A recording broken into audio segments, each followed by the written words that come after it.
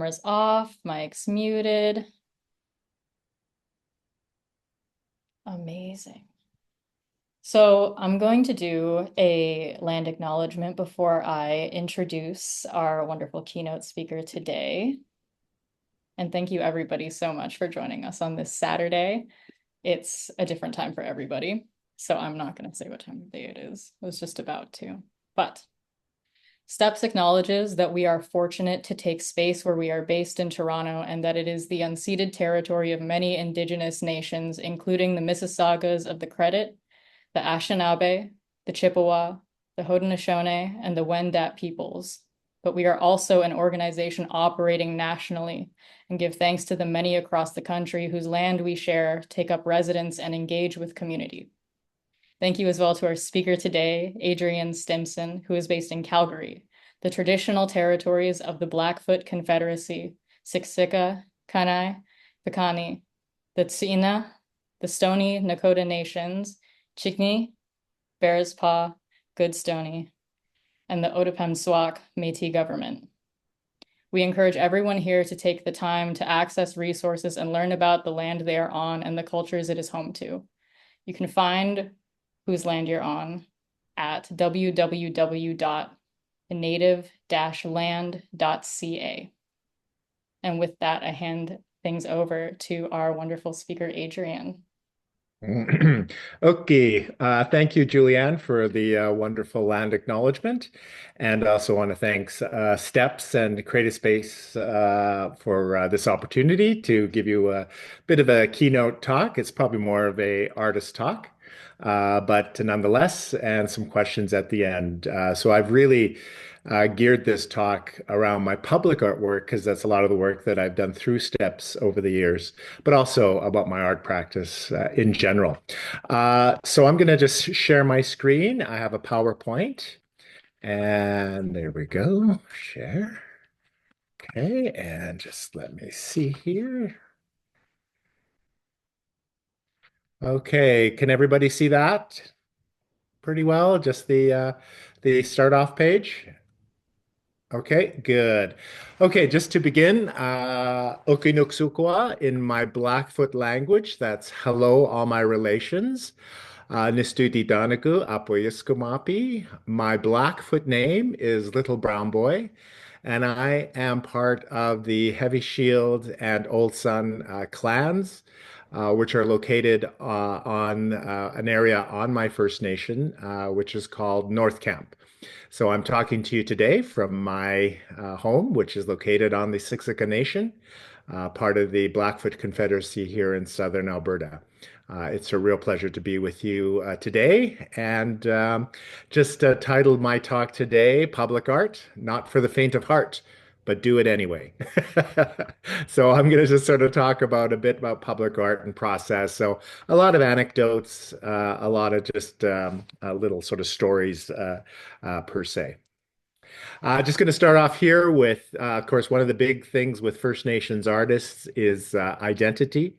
I am a graduate of the then Alberta College of Art and Design, now Alberta University of the Arts.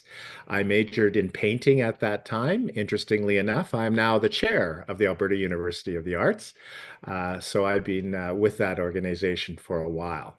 I also got my master's from the University of Saskatchewan in Saskatoon, Saskatchewan. And there I branched into installation and performance art and such. So I really call myself an interdisciplinary artist because I find that as an artist in our day to day, we have to take on many roles, not only to make a living, but it seems to be the order of the day. So this image here, I kind of laugh because I took it, or I should say my partner took it of me while I was visiting Barcelona, Spain many years ago. And it's so interesting when you visit international cities that inevitably you come upon little gift shops and little gift shops that sell indigenous North American items, often made elsewhere, not made or produced by indigenous people themselves, but are usually the stereotype of of indigenous people. So that stereotype is still wide and strong in the greater world. I know here in Canada and in North America in general, there's been a bit more education and understanding of Indigenous people, but worldwide, there still exist a lot of those stereotypes, which is both in a way tragic and funny. So, as an artist, I often use humor as part of my practice. So this one I call "Who's the Real Indian?" And I'll use Indian in quotation marks because it's a term that is often associated and I'm familiar with in my history, and so I often use it because it's a moniker in many ways. So in this particular store, there was a Sitting Bull, a picture of him, the cigar store Indian, and the real Indian, which is myself. And it was so funny because in this particular shop, there were actually photographs of my own relations that were being sold, and I often sort of wonder, all right, who's making the commission on this?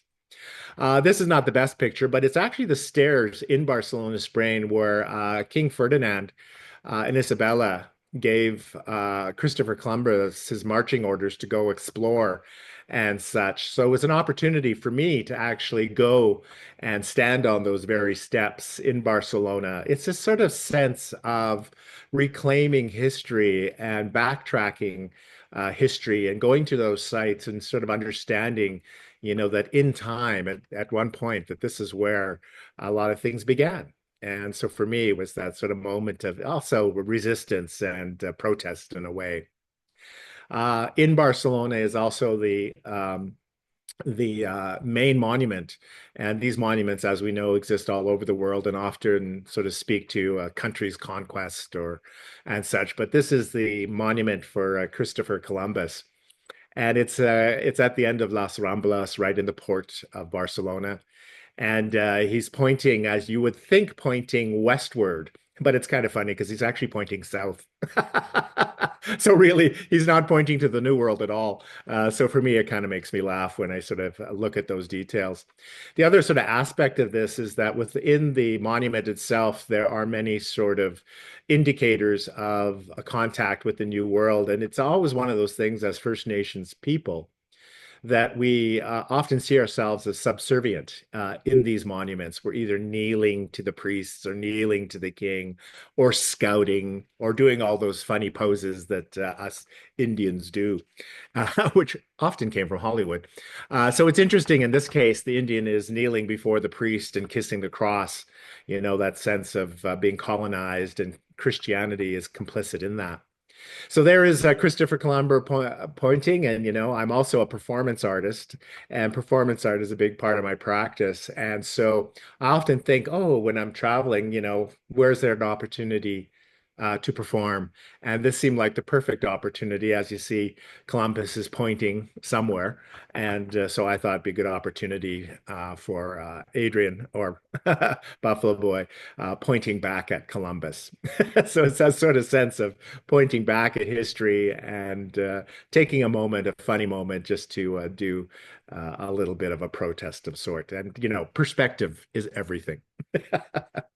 As I go backwards, I am a painter. I love to paint. I do a lot of my work I see through the eyes of a painter.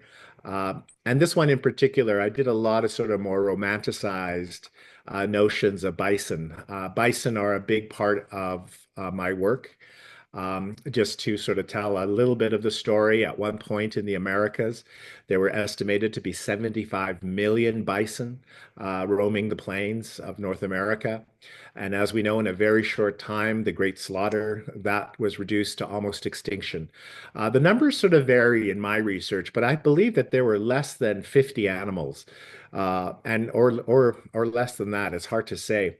Anyway, that last herd ended up in Montana, and there's a big story about how it ended up in Canada, up to Wood Buffalo National Park. And a lot of those bison have been used to repopulate the bison today. So for me, I speak a lot about that history and how that history it particularly impacted Indigenous people who relied on the bison, specifically the Blackfoot people, my people. The bison was everything to us. They were not only our source of food, they were a source of clothing, they were our shelter, they were our tools, and most of all, they were our part of our spiritual life. We consider them kin. And we are a matriarchal society. The women lead, And the Matokiks, the Buffalo women, are the top society, if you were to think of it in a hierarchical way, that they were the ones who led us. And so, as you can see, the buffalo, the bison, Ini in Blackfoot is one of the most important animals to us. So this one is just a herd in the wintertime near Siksika, Saskatchewan. I took a photograph and from that did a painting of it. So, and this is a large scale painting. Again, thinking about that historical slaughter, one of the things I was studying at the time too was physics, both Blackfoot physics and the new physics. And really, we're all stardust. We all came from the stars. We were all dust at one point. And so when I often think about that slaughter of 75 million bison, I think of that energy of all those animals that were released into the universe. And I believe that that energy still exists in the universe. And as an artist, I get to sort of reach into that ether, grab that energy, bring it into myself, and then create the work I create. So, in essence, those bison are still here with us. And so, for me as a Blackfoot person, I take great solace, or what's the word? They helps me. It gives me the energy to know that I am still connected to the bison and to that history. So I call this painting Buffalo Particles. And so I think of those particles still existing all around us. And then for me as a Blackfoot person and as an artist, I bring that energy in and create the work I do. So the bison is still, it's a continuum. It's still a very big part of my Blackfoot life and history. So that's the way I do it as an artist. This is a painting I did, more of a charcoal drawing I did of the Old Sun Residential School girls cafeteria. I am a residential school survivor. I attended at a weird time between the actual definition of residential school and day school. So I'm kind of in the middle of that. And I attended three residential schools in my life. So I have a very intimate history with these schools. So I often in my work speak to that history of residential schools. And so this is one of the images I did in relation to our project I did with A.A. Bronson of General Idea, where he wanted to offer a public apology to the Siksika Nation because it was his great grandfather, the Reverend Timms, who was the first Anglican missionary on the Blackfoot Reserve. And in fact, started Old Sun Residential School, which is my great great grandfather. So a direct connection and weird sort of history, if you think about it. So this was a drawing I did, and it hung over a piece installation piece that I called "Guess Who's Coming to Dinner." And so it was a table that I had made. If you think about the tables in the residential school, this is a finely appointed table. And 10 bronze bison that are on the plates, sort of interrogating the diner as they sit down. And above it, actual light from the Old Sun Residential School. And I also do pictographs, and that's a pictograph of Old Sun that I created many years ago. So there's this sort of an idea of what the plates look like themselves with the little bronze bison. And then, of course, the white roses with one red rose. So it's full of metaphors, full of symbology as you look at it. And the table really is a replica of the one of the Old Sun residential school tables in the cafeteria. And then A.A. Bronson created a book, an apology, where he did a lot of research and then apology itself to the Siksika Nation.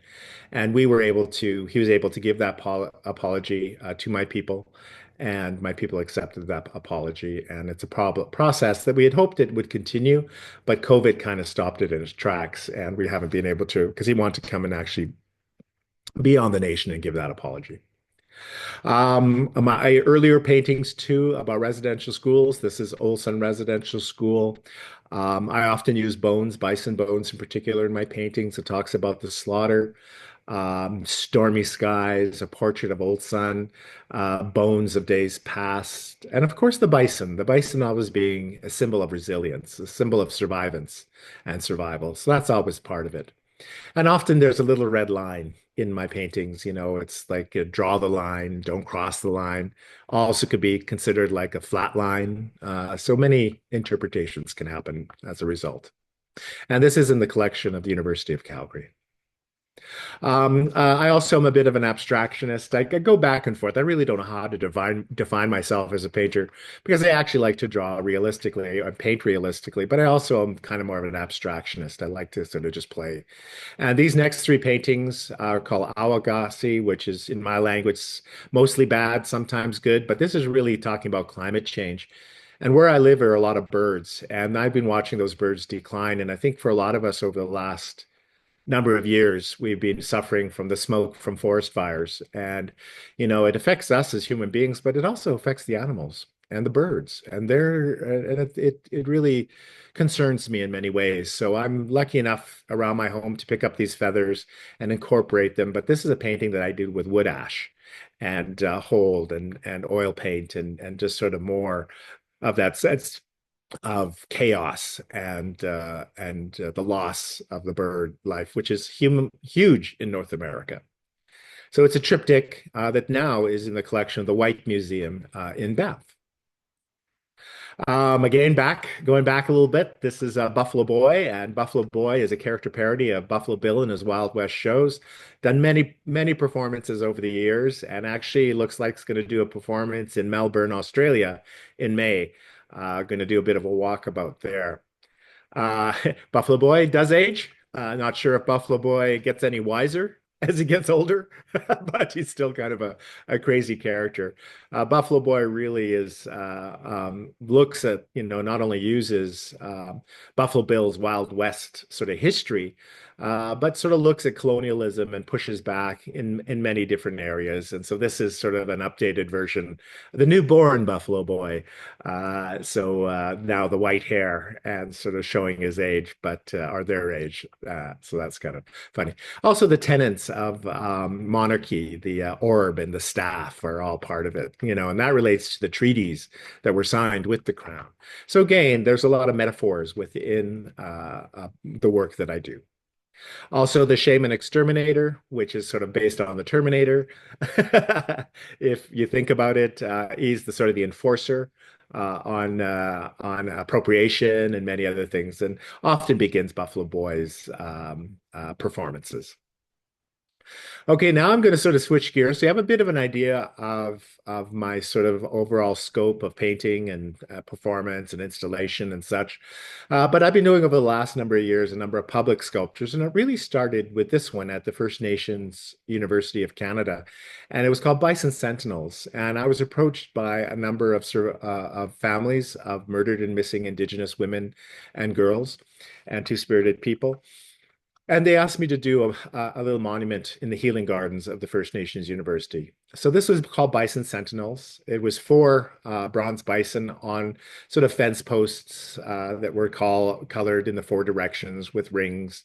And they basically look out in the four directions and keep watch. And they surrounded a tamarack tree, a little tamarack tree. And at that time, the number was 500. As we know, it's in the thousands now. And so those are rocks from Manitou Beach, Healing Lake near Regina. And so those were put around the tamarack tree. Recently, I was able to go and take a look at it, and it's rusted out a bit and aging kind of well, needs a bit of an update. But as you can see, as I had hoped, the tamarack tree is growing up through the middle of it, and sort of starting to envelop the piece itself, which I had always intended, and it warms my heart to see that happen. And of course, the patina on the bison themselves, it's bronze. As we know, the slaughter, these are bones that were on the plains. A lot of bones were picked up and shipped down east for to be made into fertilizer. Also explosives, and also of that time, fine bone china. So you will find buffalo bones and fine bone china, the late 1800s and early 1900s. Sadly too, there could be human bones as part of these because they picked up all the bones. I used to think this was a photograph from Regina, but apparently it's from the States. But Regina, as you know, was called Pile of Bones, and there were bones piled at least 2 stories high and several blocks deep. So you can imagine the scope of the slaughter as a result of the bones that were carried. This piece is called Beyond Redemption. So, you think of the slaughter of the bison, and, is it redeemable? We have a lot of conversations around this and as Indigenous people. And so really, for me, it's this idea of is there any redemption from that history? And this is a taxidermied bison that's surrounded by 10 black robes that are draped over black crosses. Again, Christianity's complicitness in colonization. And I had an elder ask me, sort of say she thought that the 10 robes really reminded her of the Motokiks, the Buffalo Women's Society. So I thought that that was pretty cool. 10, often use the number 10 in a lot of my works for 4 and 10. 4 is a sacred number to the Blackfoot, but 10 goes back to the childhood rhyme 10 Little Indians, and that song as you go through it is the elimination of each of the Indian as you go along. Go figure, a childhood song that speaks to the genocide of Indigenous people, well woven into the country's fabric. This is Old Sun Residential School, the school for which many of my families attended, and really began a lot of the issues that we face as Indigenous people on my nation. This is called Old Sun, and the college went through, it's now a college, and it's gone through a number of renovations. And as a kid, my mom worked there, and I was lucky enough because a lot of the stuff was thrown in the dump. And for some reason, I picked it all up and took it home and put it in my garage. It was only when I was adult that I realized I could actually use this stuff in my art. And so this one is a sweat lodge replica made with steel ribs. Steel again, an industrial material, the railroad, all that sort of stuff. Old sunlight hangs above it. And on the bottom is pieced together bison pieces, and it creates the shadow of the Union Jack. The Union Jack being the flag of the British Empire at that time. This piece is called Sick and Tired, and it is a piece that, again, the windows from Olson Residential School and a bed from Olson Residential School, with a human form wrapped in a bison robe on the bed. The windows are filled with feathers and backlit, the notion of smothering, how many children looked out those windows and wanted to go home. And then on the bed itself, the light above sort of gives that shadow of a stretched robe, the stretching of the people and the genocide as well. So this piece is called Sick and Tired and part of the Mackenzie Art Gallery's collection. This is a piece I did for the public library in downtown Calgary, the new public library. And the Blackfoot is an oral language. We mainly speak our language, but we also have sign language that we use, and we also have pictograms. Are pictographs, and pictographs are like writing on stone, where we would carve into the stone, or we would tell stories on bison robes with paint and dyes. But it's always a symbol. So this, I was asked to speak to the history of Alberta and Calgary, and so this one starts kind of in the middle. It tells the Blackfoot creation story, the time of the bison, the coming of the horse, the various tribes, the coming of the missionaries, the RCMP, treaty, Métis people. Goes all around agriculture, the incorporation of Canada, oil and gas, travel, World Wars One and Two, and the Great Depression, the Rocket Age, the old Husky Tower, used now Calgary Tower, the Olympics, Two-Spirited People, the World Wide Red, oil and gas as represented by the black snake that slithers through the plains, climate change. I put the bee in here just because I think of optimistic, to look at the future, that the bees are very important. And then there are three standing element sculptures, the eagle and the seven generations, the universal teepee, that we're all on this planet together, hurtling through space at hundreds of thousands of miles per hour, that we're actually all in this together if we really think about it. And then the return of the buffalo people and return of the buffalo to the plains. This is a piece called Bee Tower. This is actually twice as high as it is shown here. It is again, I'm a beekeeper and have been a keeper for many years. And this one is just sort of looking at the impact of climate on the bees. On the roof is an owl, which is often seen as the ominous symbol. And at the bottom, and all the bees are done in gold leaf on black, and then a little bronze gopher at the bottom with a gas mask on. So this is a bit taller at the Age of Union in Montreal. There's the little gopher with his gas mask. Again, I always try to put a little bit of humor into it. And then there's a piece I did called Bumblebee Regalia. And this was the beekeeper outfit that I attached. I had a friend, Lucille Wright, one of our great beaters here on my nation, beaded 300 bees for me, and we attached them to the bumblebee, to the outfit. But I made it and turned it into a regalia because here on the nation we have societies, as I mentioned, the Buffalo Women's Society. And we also, the very first society that children go into is the Bumblebee Society. And so the Bumblebee Society learns all the protocols of the teepees and such. So I tried to copy that, and I'm currently making a child's outfit that's very similar to this. And this one's currently being shown in Los Angeles at the Autry Museum of American Indian, and so it's part of an exhibition there. So just a show of all the little bees. I'm a former military person. I was a able seaman with the Canadian Navy many years ago, but I was also participated in the Canadian Forces Artist Program, which sent me to Afghanistan in 2010.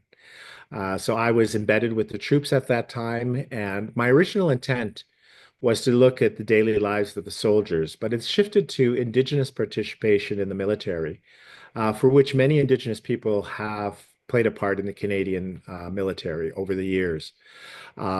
It's estimated to over 10,000 plus Indigenous people. I say plus because in the early days, a lot of Indigenous people didn't identify as an Indigenous person for many reasons. And so the plus is for those who didn't identify. So these are some of the images from Afghanistan, Masamgar. I was at Kandahar and Masamgar, which is a forward operating base, and really just to record and to get enough information to come back to Canada and create work based on that experience. So this was some of the work that I created. This is called Holding Our Breath. This was first shown at the Grunt Museum in Vancouver. In this image, we have a piece called Sandbox, which is, of course, the childhood sandbox, but it's surrounded by razor wire. A big drawing of a Chinook helicopter. It's ironic that a lot of military vehicles are named after indigenous tribes like the Apache, the Chinook, and you name it. It's quite the bison. There's many different things that are named. And then two portraits of indigenous art are indigenous soldiers, Master Corporal Jamie Gilman and Corporal Percy Bedard, who I met while in Afghanistan. And then the four colored panels with the four medicines of tobacco, cedar, sweetgrass, and sage to honor the 10,000 plus soldiers who participated in the military. This particular installation is now being shown at the Canadian Military Museum in Ottawa. It's part of their collection there. This is a public sculpture I did at Pascapoo Slopes here in Calgary, or in Calgary. It's a actually well designed, I guess, shopping area and housing, but they've really taken care to make sure that they've named a lot of things after the original peoples and streets and stuff. And they commissioned me and asked me they wanted a bronze bison to be central within that location.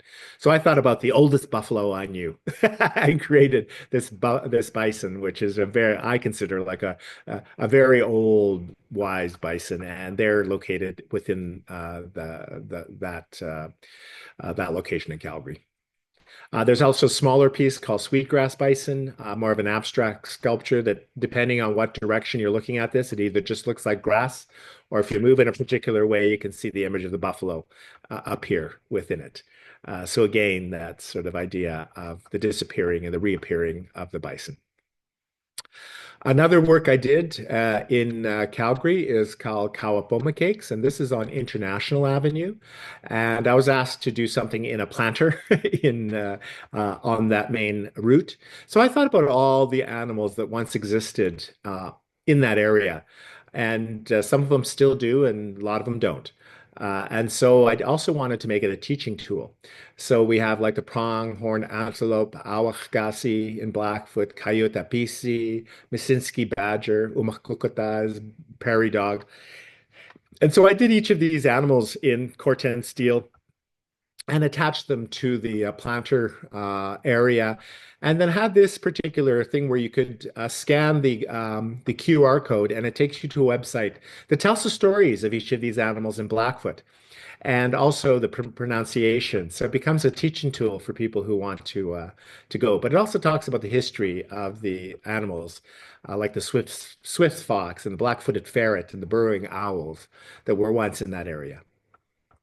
So here's just a couple images of them within that little area. There's the pronghorn,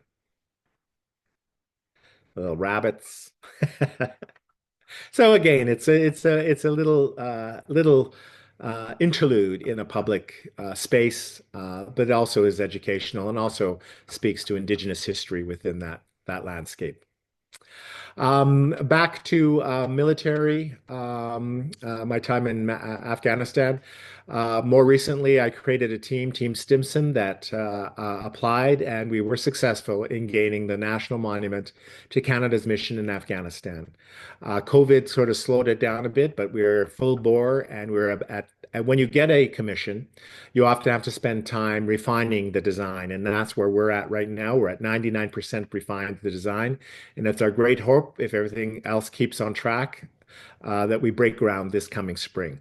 And it's next year that in 2026, we're hoping that we'll unveil what we call Home Base, which is the national monument to Canada's mission in Afghanistan. It's based on the medicine wheel and the tenets of healing, and the four portals, which speak to the intellectual, the emotional, the spiritual, and the physical aspects of war. Three of the walls are dedicated to the names of the fallen, of the 158 Canadian soldiers and civilians who died in that conflict, and the other wall is dedicated to the people of Afghanistan.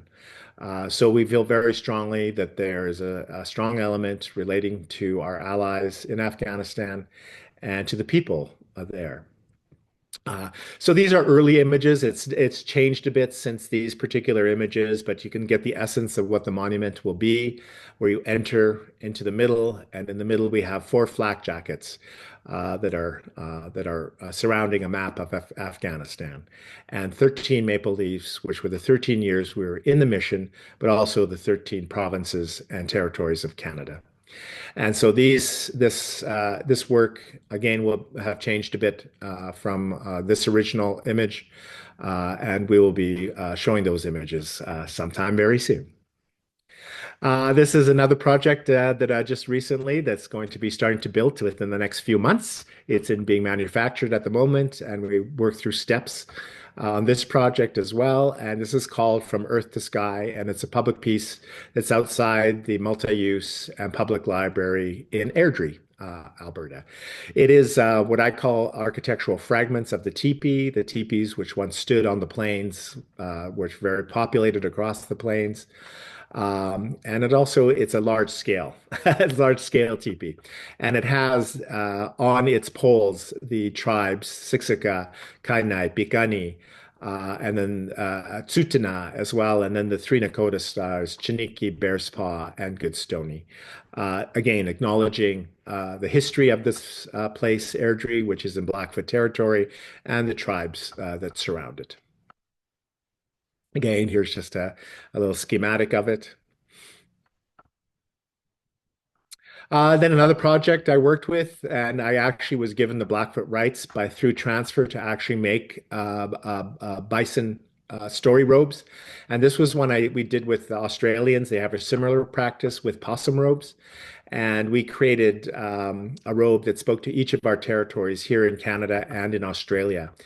And so I was given the great honor of drawing all the images onto the robes and painting it onto the robes and creating these robes now. It was a wonderful moment for me in this first project where I suddenly realized that, these robes are worn by people within the tribe and in the encampment back in the day. So you can imagine that in the Blackfoot way, all our teepees are painted, our clothings are painted. We were actually walking works of art. And for me, all of a sudden, it realized that all our stories on these robes, and you can imagine them walking around the camp, and the kids, the bouquets, would look at these, and these are our encyclopedias. These tell our stories. And so it's animated. It becomes this animated landscape. And it was a real moment for me in recognizing and coming to an epiphany about that. It was like, oh my gosh, what an incredible society we had where art was the central tenet of everything we did. And so for me, I'm very honored and proud to be making these robes now.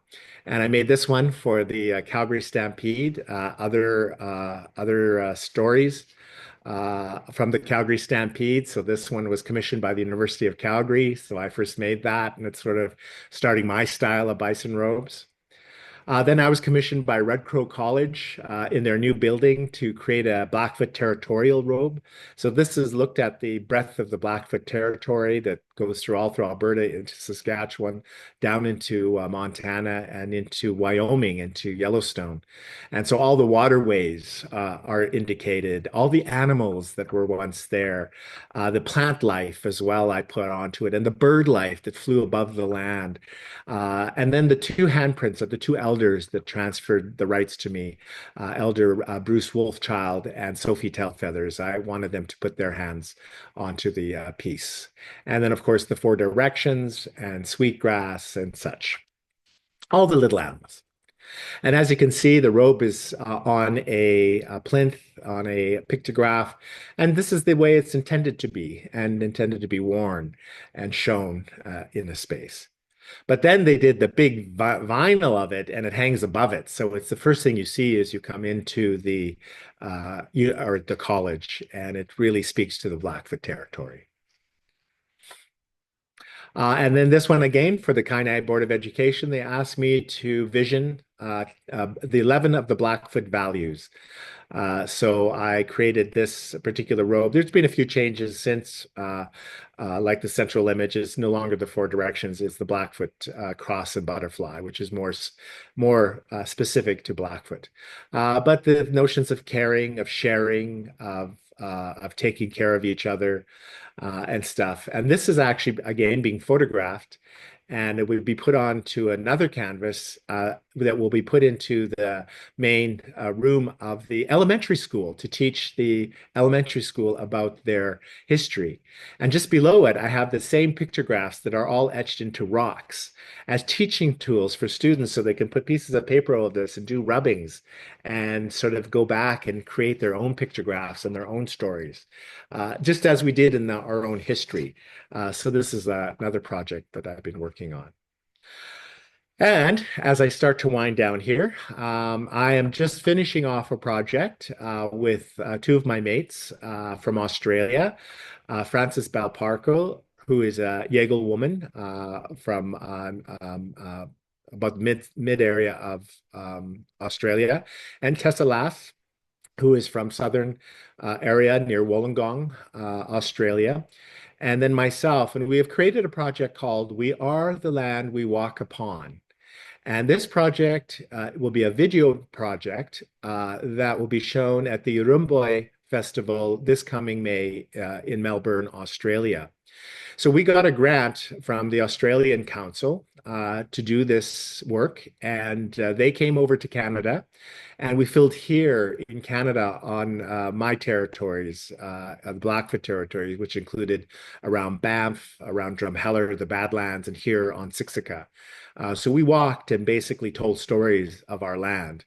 And then I went over to Australia, and together we walked the lands of both Frances and Tess and told stories about each of our lands. And we had it all filmed and videoed.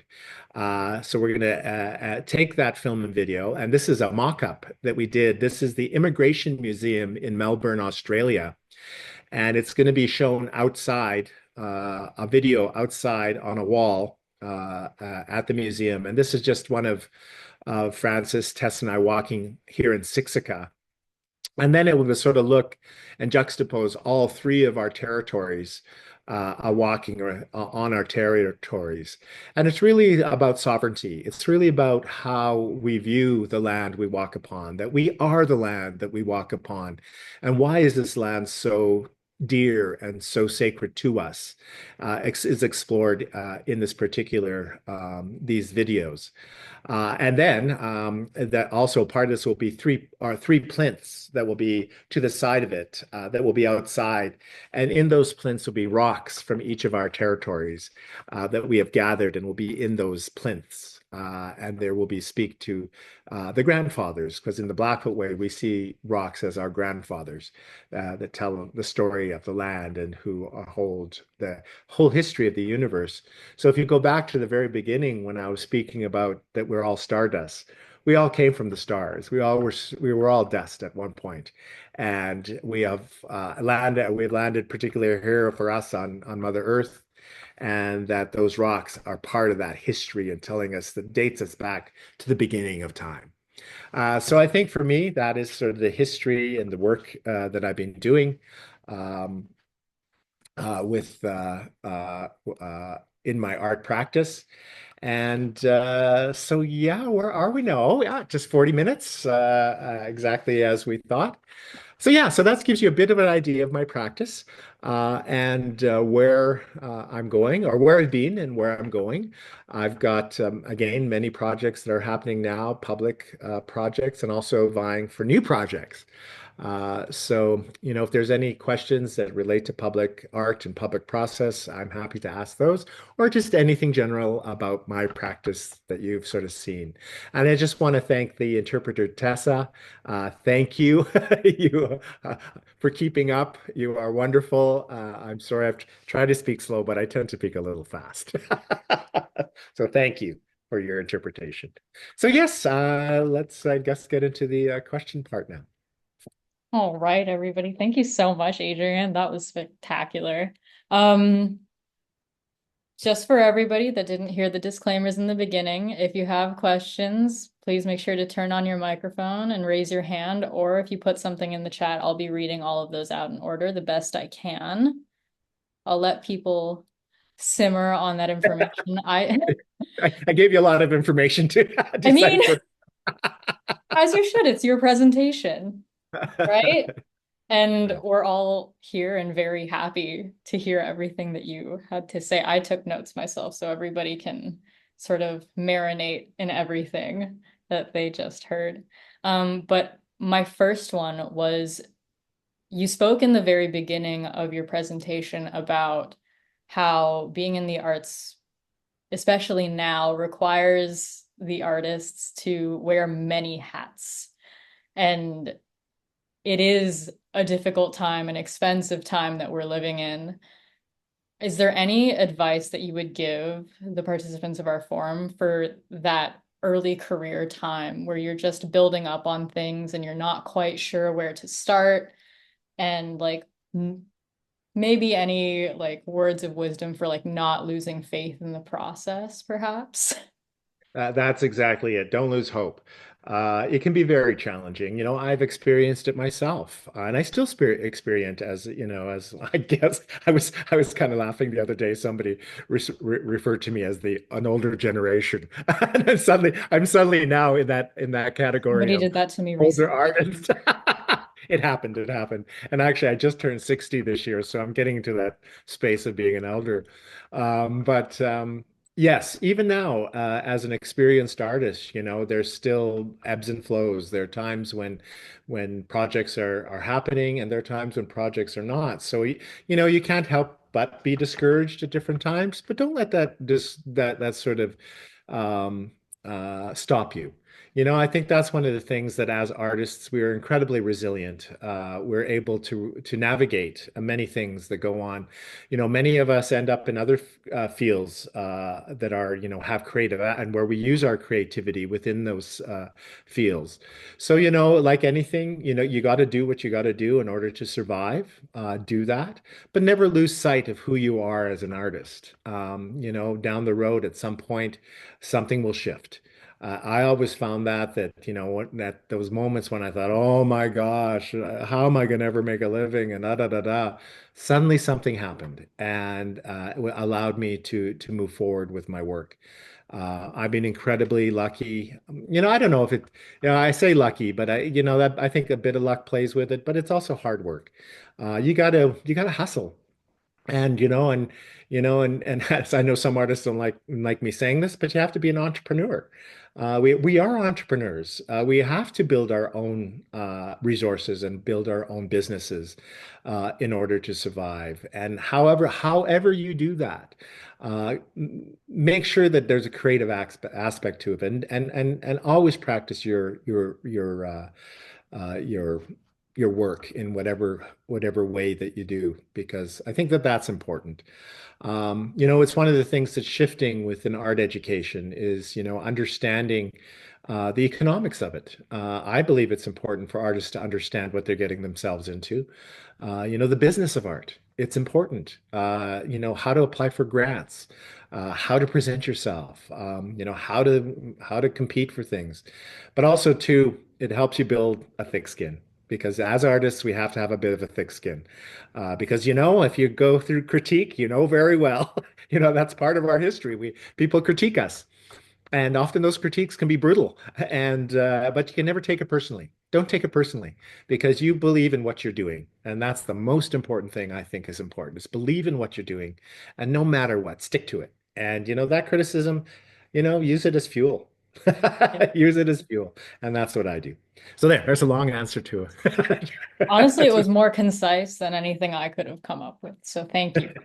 You bet. Carla has a question here, and they said, do you have any advice on filling the gaps between doing conceptual work and educating the public about its significance, specifically if the public is unfamiliar with a specific culture or its history?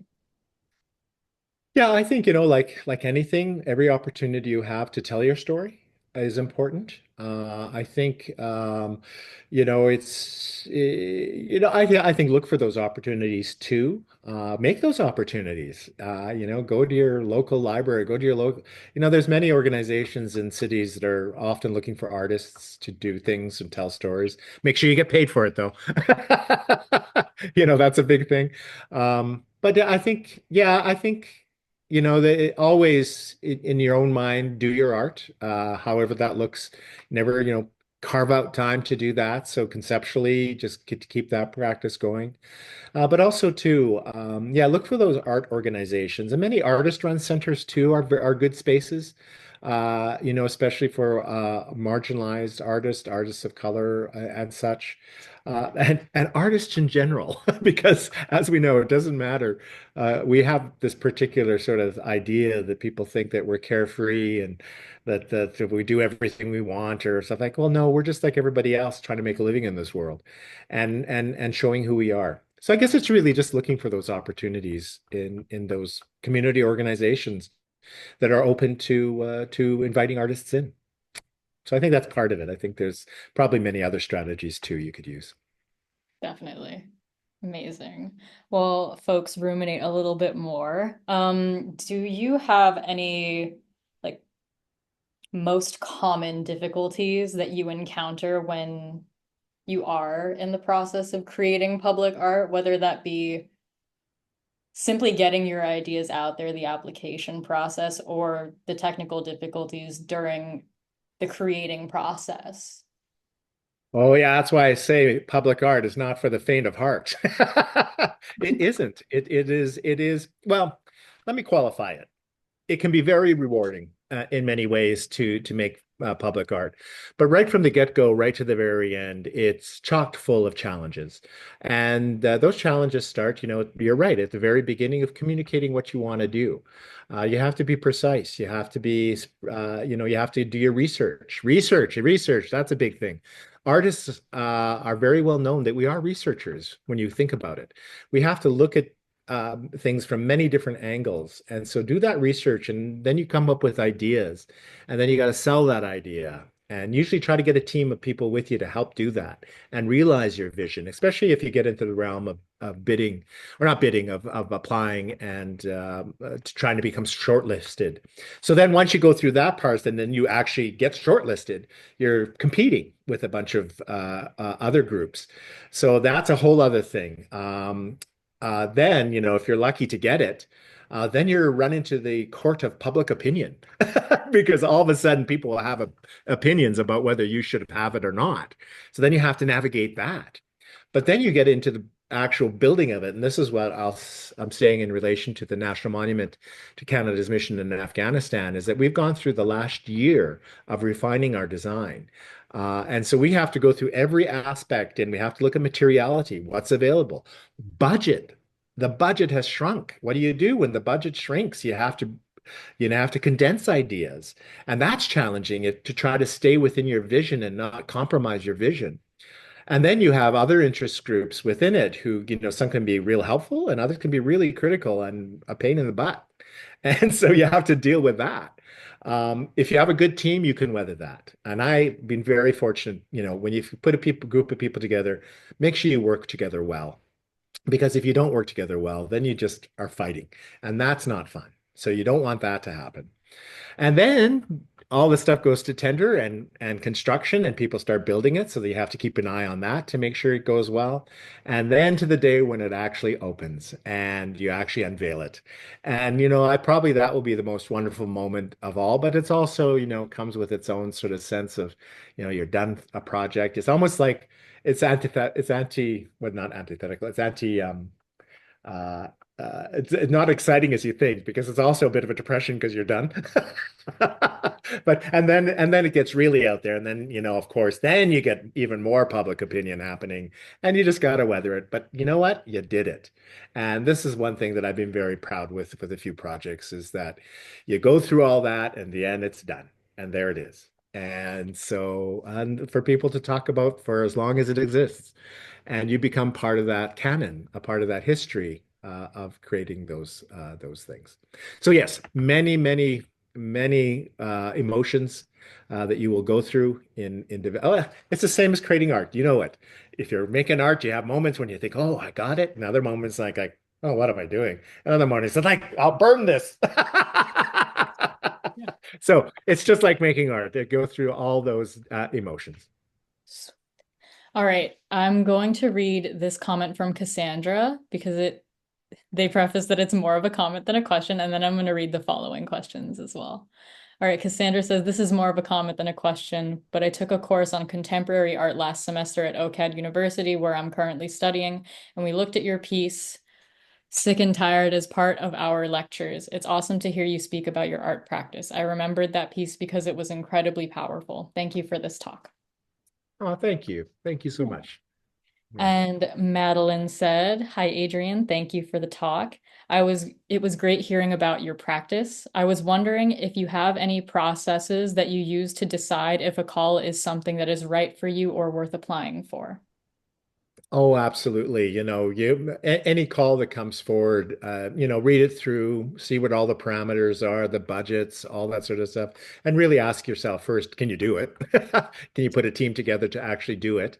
But also too, it has to emotionally resonate with you. It's like if you're just going into it just to do it and blah blah, yeah, that's fine. I'm sure a lot of people do that. But at the same time, I really always feel very strongly that it has to emotionally resonate.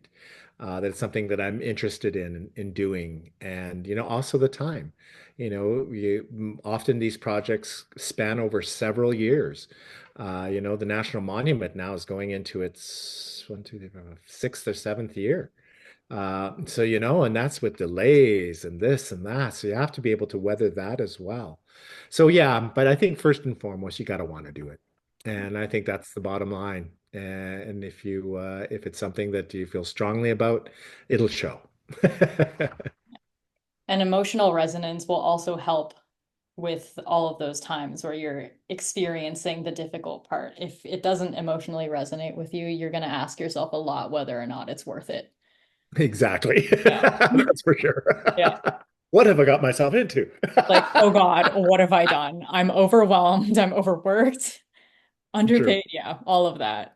Yeah. Asma here says, thank you, Adrian, for sharing. Everything you've done is filled with depth and technique.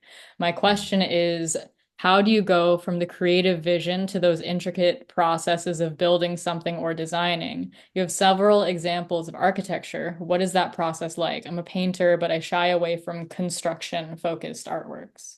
Mm. Yeah, well, it's interesting because I did say at the beginning that I see everything through the eyes of a painter. So that's one of the things that, it's weird for me in my process is that I often visualize things as paintings first. So these architectural things and stuff, I often thought of them as paintings at one point. So it's really taking the 2D and turning it into 3D. So, it's really that sort of thing of conceptualizing space and thinking about space in a different way. And I think, the artistic mind sort of can lead itself to that.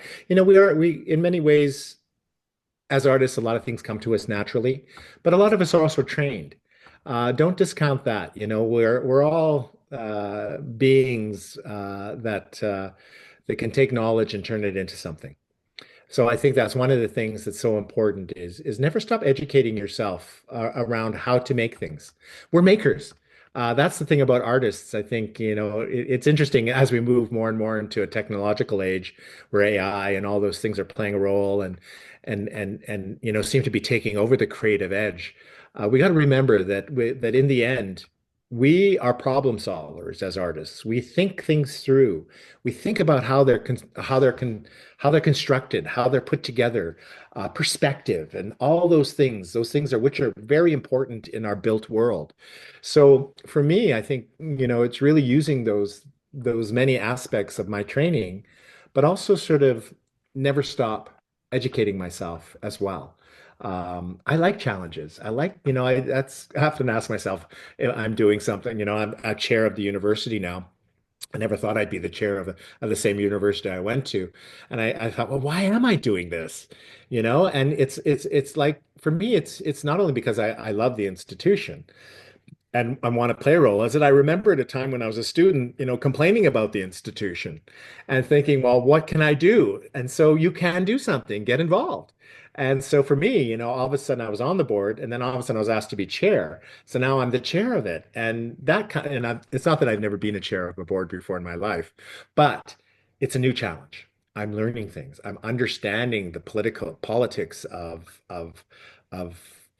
relating with provincial politics, with municipal politics, trying to get money, trying to fundraise. How do you raise millions of dollars for an institution? Those connections you may not have. So again, it's a challenge. Figure out how to do it. And so that's what I think really important as artists is, figure out how to do it and don't be afraid. That's what we're here for as human beings on this planet. We're here to make mistakes. We're here to sort of, and through those mistakes will come through the most beautiful learnings and furtherance of knowledge for all of us. And critical thinking, that's another thing I think is really important to stress. I believe critical thinking is the crux of it all. We've got to critically think about everything we do and why do we do it, and hopefully come up with good answers. Fingers crossed on the good Yes, answer. fingers We crossed on have that. three more questions. I'm going to start with Asia. We're going to give JC the mic, and then we have Zoya. But Asia asks, what resources, whether books, essays, exhibitions, or other artists, would you recommend to deepen our understanding of Indigenous sovereignty? Oh, in our day of reconciliation, start with the calls to action. Go through each one of those calls and understand the elements of, what Indigenous people are saying. So that's another aspect. Online, there are many resources that exist out there that you can take a look at. And realize too that Indigenous experience is incredibly diverse. There are over 500 and some tribes across this country. We're not all the same, even though many of us share the same sort of territories and teachings and stuff. We're all very different. So, also knowing that we're not sort of this homogenous group of people, that we're actually all very diverse.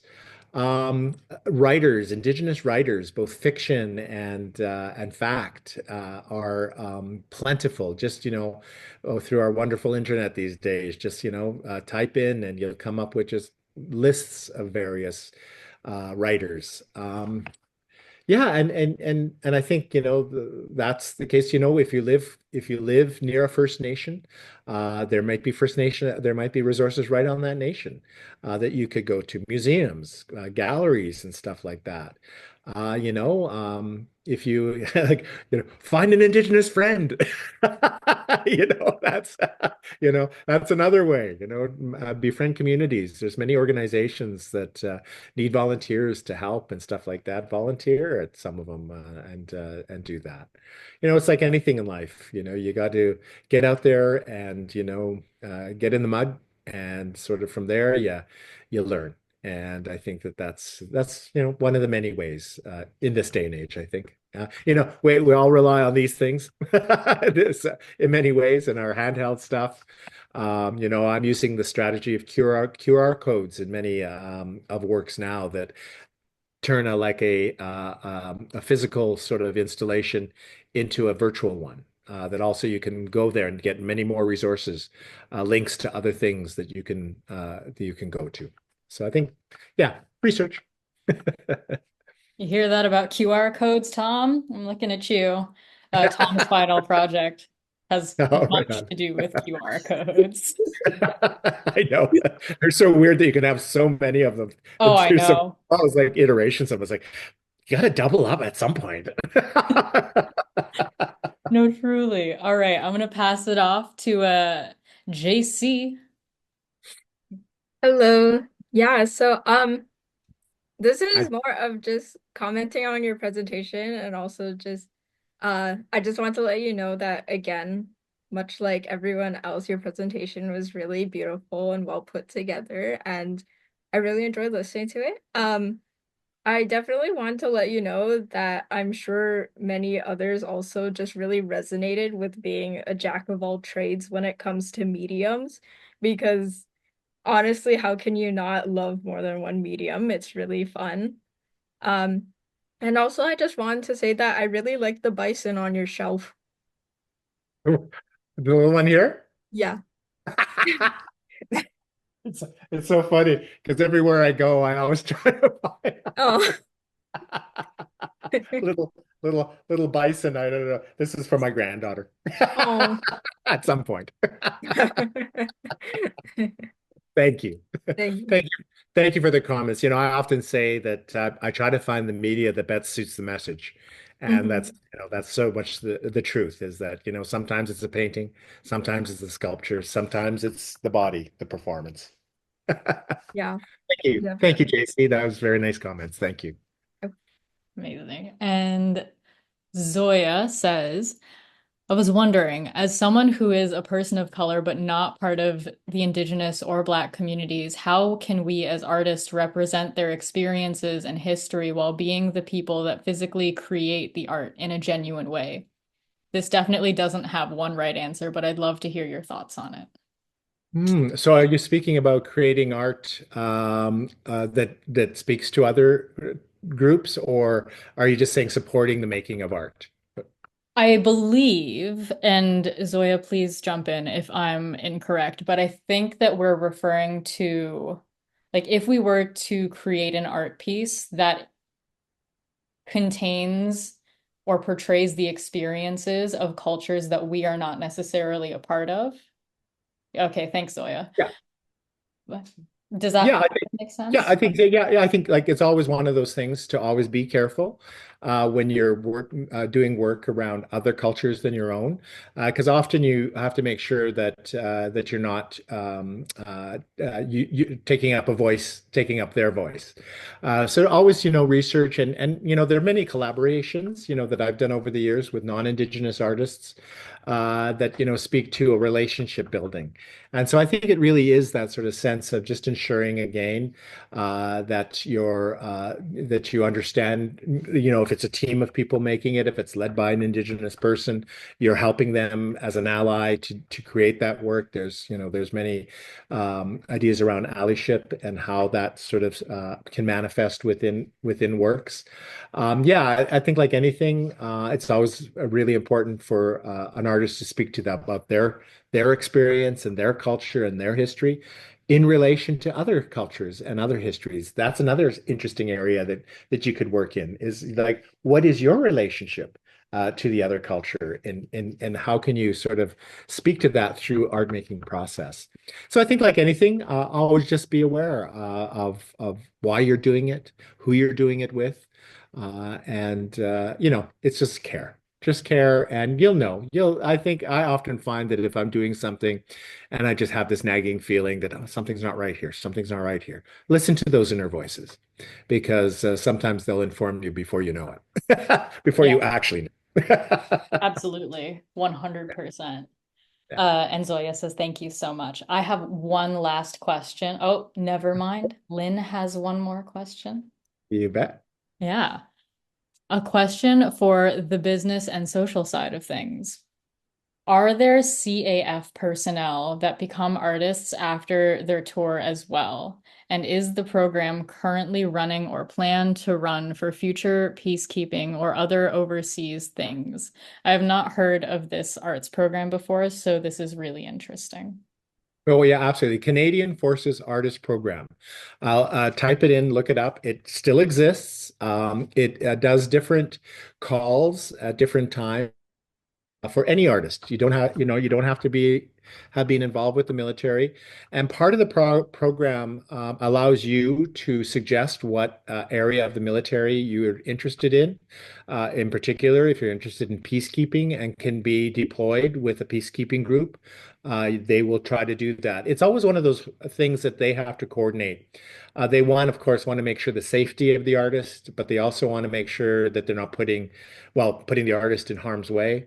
But at the same time, like myself, being embedded with troops, there's always a risk that's involved with that. But you don't have to go into war zones. You could also do deployments here in Canada.